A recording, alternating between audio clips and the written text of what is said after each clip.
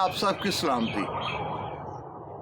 काफ़ी दिनों से मेरे दोस्त अहबाब और जानने वाले सवाल कर रहे हैं कि सर जी कोई सियासी बंदा या सियासी लीडर चर्च में जाकर पास्टर साहबान से मिलकर, पादरियों से मिलकर अपने वोटों की कैंपेन या अपने इलेक्शन की कैंपेन कर सकता है कि नहीं, और क्या पादरी साहबान और चर्च सियासी लीडर को सपोर्ट कर सकते हैं कि नहीं अकॉर्डिंग टू बाइबल मुक़द्दस और मसीहत में।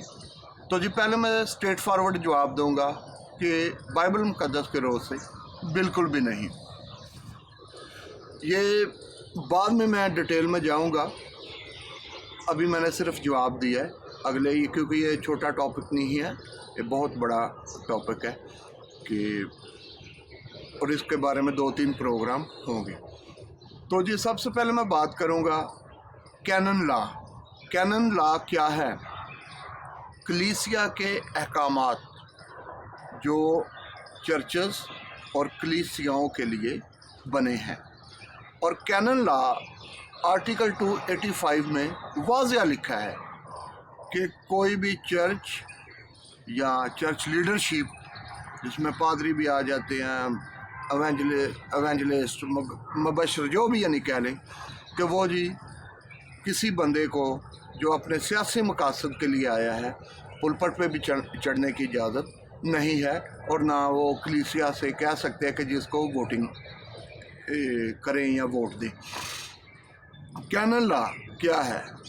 कैनन लॉ बेसिकली जो सॉलिड चर्च है, like Catholic, church of Pakistan, salvation army, ये उनको मानते हैं कि जो मसीहत के लिए, कलीसियाओं के लिए अहकामात है।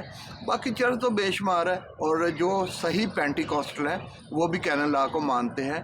और पास्टर साहबान जिन्होंने कुछ पढ़ा हुआ है, जिन्होंने सेमिनरियाँ की हुई हैं, जो इल्म रखते हैं, वो कैनन लॉ के बारे में भी जानते हैं। आम पादरी या पास्टर जिसने बाइबल पकड़ लिया है, मैं जी खिदमत कर रहा हूँ, ठीक है जी, बहुत अच्छी खिदमत कर रहे हैं, ठीक है, वो नहीं जानते इन चीज़ों को। अगर नहीं जानते तो बराए मेहरबानी कैनन लॉ आर्टिकल 285 पढ़ लें।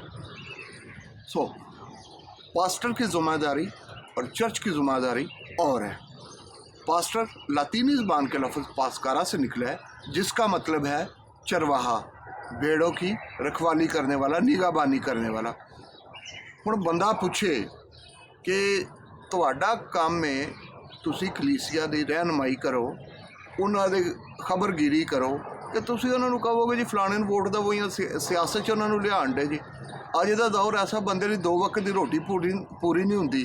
अगर चर्च तो पास्टर भी सियासत च इनवाल्व होने लग पैन, ठीक है, तो फिर मैनू कुछ कहने की लोड़ नहीं, तुसीं खुद समझदार जी। सो कहने का मतलब है कि पास्टर चर्च लीडरशिप की अपनी ज़िम्मेदारी है, पॉलिटिकल जो बंदा है, जो सियासी बंदा है, उसकी अपनी ज़िम्मेदारी है। अब माजी में देख लें, जब जब